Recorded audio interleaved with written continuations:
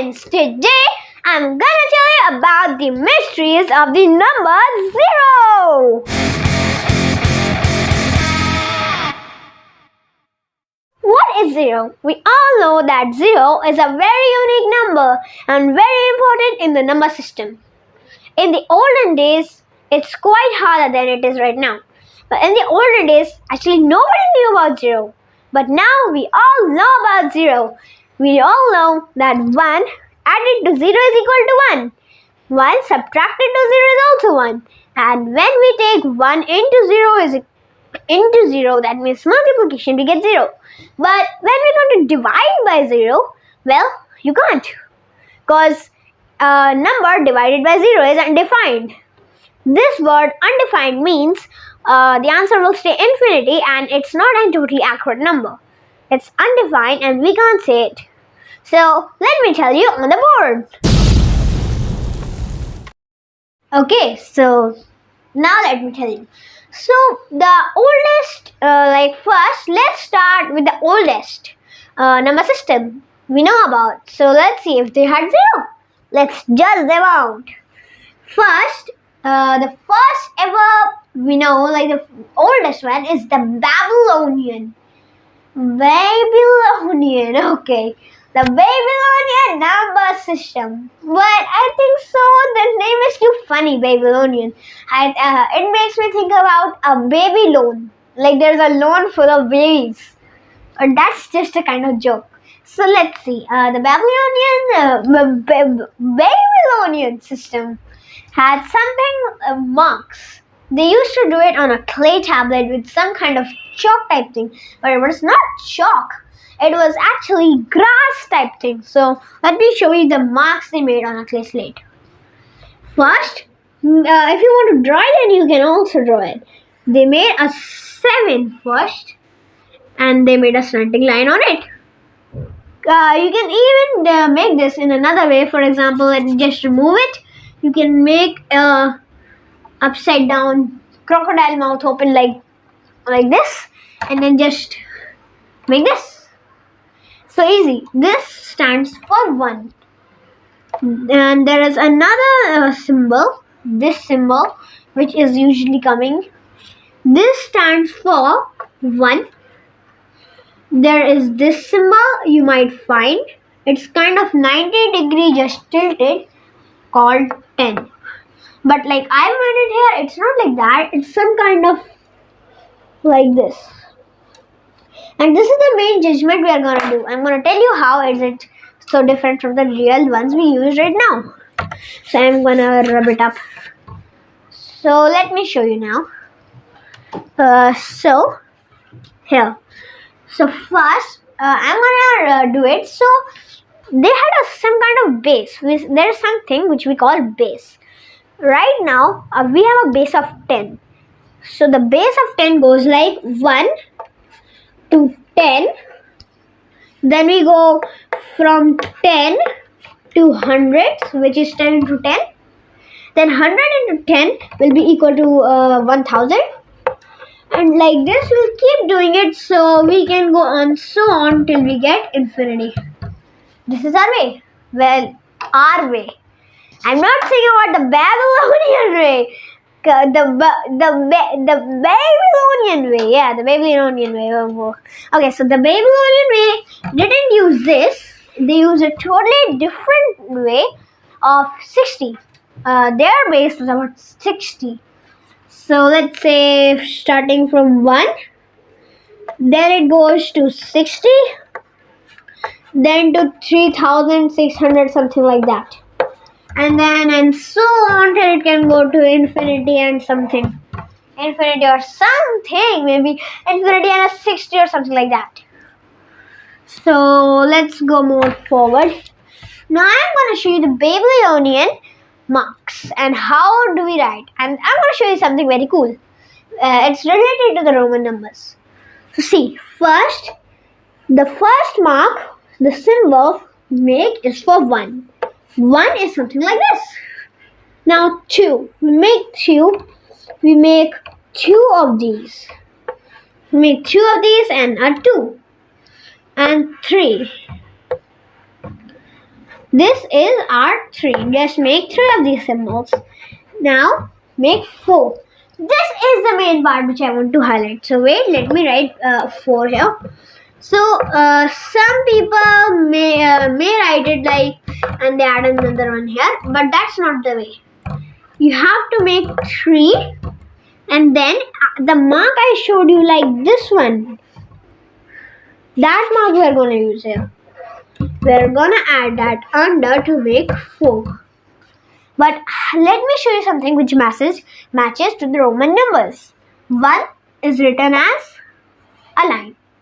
2 is written as 2 lines, just like we did it. 3 is written as 3 lines. And the same thing when it comes to 4. This part I want to highlight out, that 4 is different from these 3 and has an extra type new mark. The same way, the Roman numeral 4 also has a new mark which is called V. So this kind of matches to the Babylonian and the Roman numbers. The main problem came in Babylonian ones. Babylonians were almost an expert in doing numbers, even though it's so hard to interpret. When it comes to 60 and something, they had a base of 60, so it's too hard to calculate like what comes after 60 and the day after 60 and after 60 and whoa. So then let's see the Babylonian later. So what they had, the biggest thing that they used a single symbol for 10. This is actually 10. But they used this symbol for 10. So like nowadays we add this 0 which shows us like a symbol. When we take about, let's say, 9. So for 9, let me draw out a 9. See. When we mark out a 9 on the clay tablet, and this is a board, but they, as I told you, they used a clay tablet. Well, they were all civilized people. How can we use something else?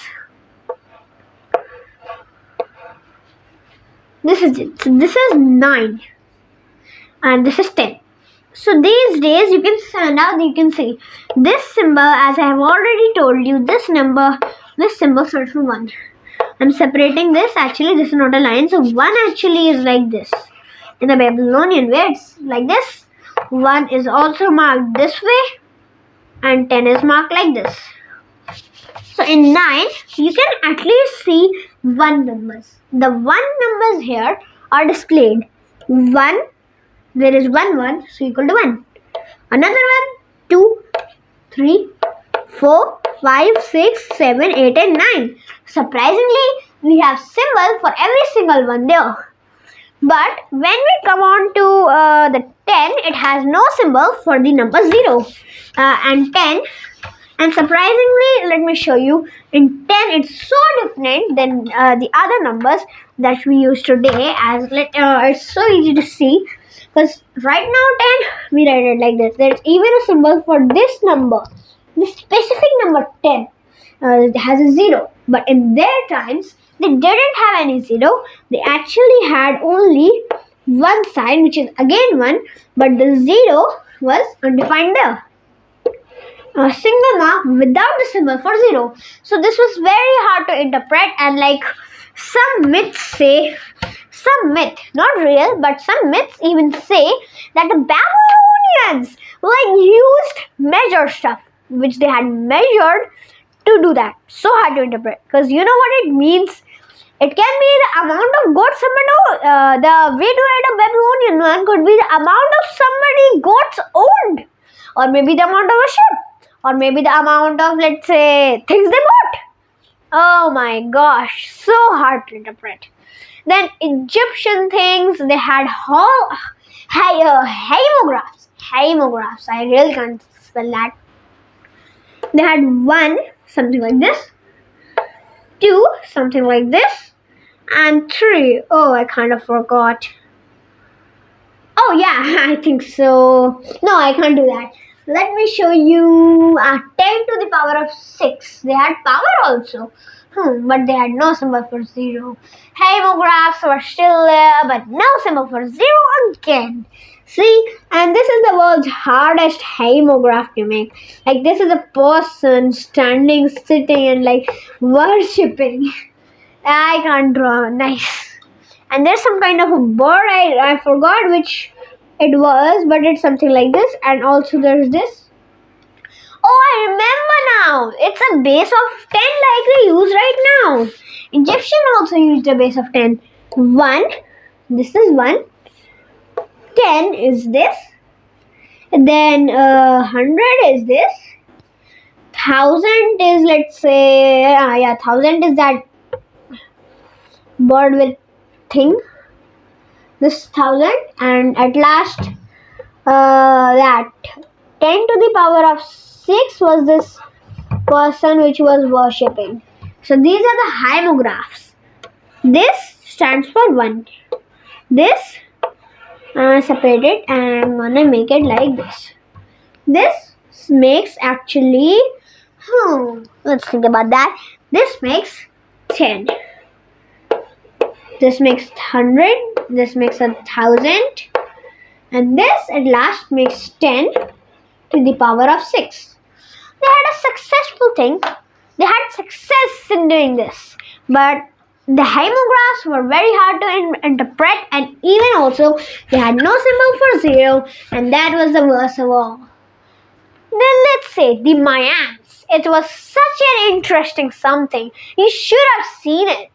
Let's say the Mayan system. It was a base of, let's say, I think so, 10 also. Or it can be of 19, I think so. Yeah, 19. It had a base of 19. They could go up to 19. But the Mayans were quite interesting. And this was the first one to ever discover the 0. Just what I wanted to see.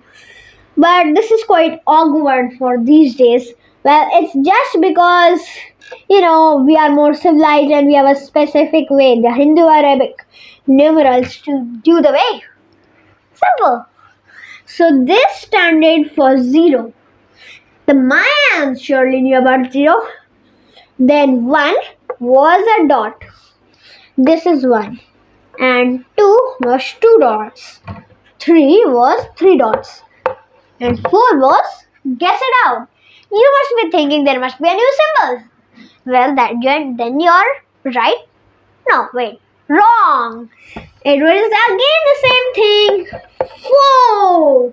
Oh, sorry for those who thought like the Babylonian stuff and Roman stuff. But this is different. Because they also have 0.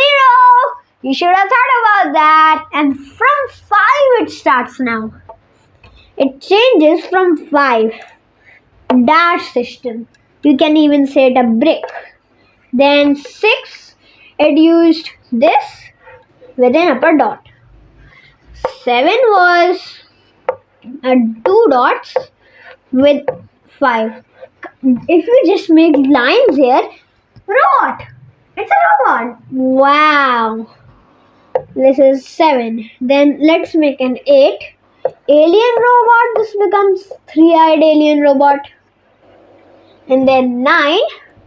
I think so. This was 4 dots above this to represent 10. Oh no, So to represent 10, the Mayans actually used something quite different than they used before. 10 is made like this, 5. But they just double it up. Like we are like not singling it up, and it's double. We have double up. That starts for 10. Then 11, 12, 13, they just follow up like that. But the Mayans surely knew about 0, but they never knew, they never knew how to use it. So, they never knew how to use it. The first person to ever discover 0 was actually an Indian astronomer and mathematician, I think so, Bhaskara. And he discovered the number 0. But there was a place where he went wrong. See, if we do, he told he was the first one who developed the number 0, and he was the first one who told like everybody else use 0 as a placeholder. But only this person, Bhaskara, you doesn't use it as a placeholder but as a specific number. And he was the first one who discovered, we all know this, 1, and this is too simple calculation. 1 plus 0 is equal to 1. And also 1 minus 0 is equal to 1. He also discovered 1 into 0 is equal to 0. But the place where he went wrong, the main place where he went wrong was divide. He thought that 1 divided by 0 will be equal to 1. But this thing was wrong. As I have already told you, a number divided by 0 is undefined. The answer will come infinity or some other, like infinity is not easy to analyze. So this cross, just make it infinity and you'll get the answer. But I'm going to make my next video on how big is infinity, so you also know what infinity is. Now there's also something more. This comes in the Hindu-Arabic numeral system.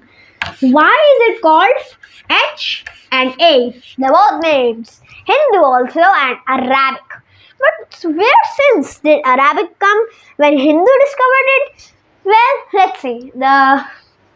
Arabicians, I can't say Arabic here, whatever it is. The Arabic mathematicians just, they borrowed it.